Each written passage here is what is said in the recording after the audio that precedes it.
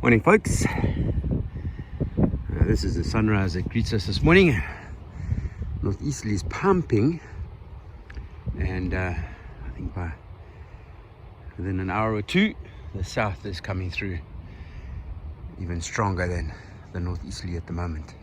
As you can see, I'm now at the mouth area, and this dune is continuing to be eroded away. See the sun coming through there, and this bay here is also still growing. So here's the big tree stump I've been using, and you can see the water's not far away.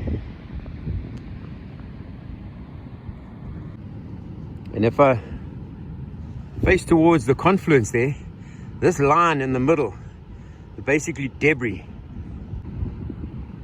So the previous time the mouth is open, the water used to flow along this line, basically close to this marker here. Oh, somebody's made a cross out of it. I didn't realize that from the distance.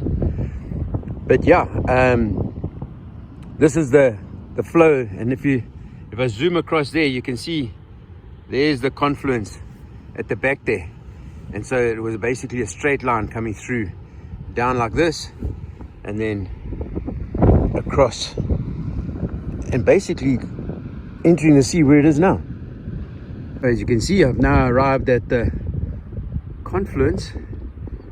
Panico, we used to use it in the old days, but I think the confluence is probably a better term to use. And you can see once again there's a color line. You look right in the middle of the screen, from the water coming down from the Umfolozi and the water coming out of the lake system. And as I understand, there is water from the Umfolozi that does still come through that channel that comes out at Honeymoon Bend. So I think that's the reason why the water coming out of the lake system is also a browny color.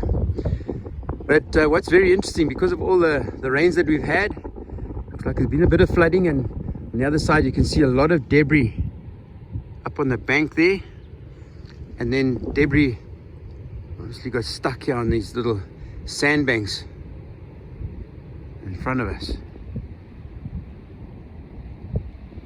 So again, it's going to be interesting times ahead of us.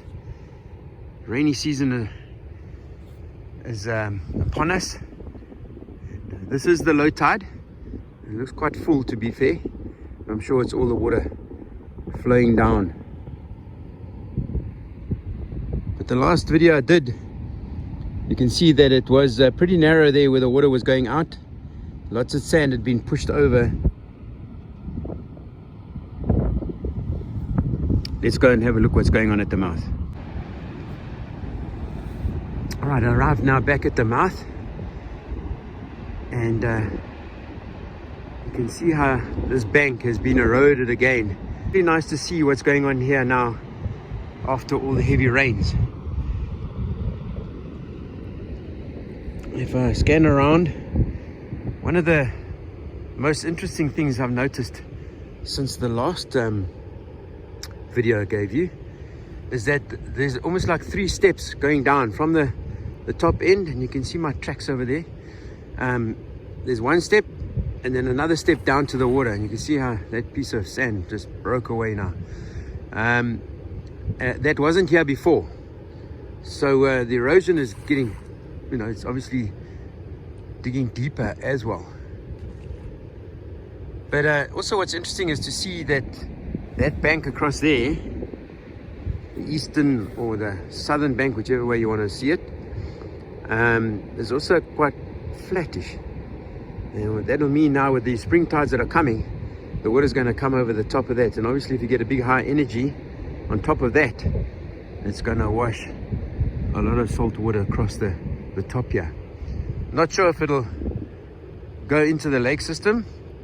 Remember, I tried to explain this once before, that you're basically trying to fill up a bath from the plug side with the bath half full of water. So it's not really going to affect it too much. So I'm talking about the spring tides. What is going to affect it is this water that is flowing out of here, this fresh water from the rains. And also here you can see the speed in which it's flowing, whereas there at the confluence it almost looks like it's standing still, and that is a good indication that it's quite deep there. See, the birds have just taken off there off the point.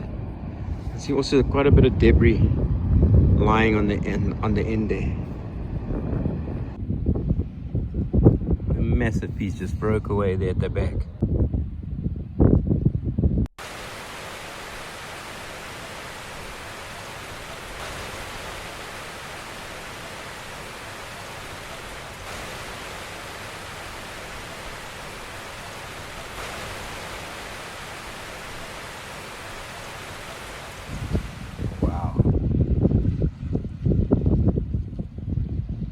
That's how this bank has been eroded piece by piece.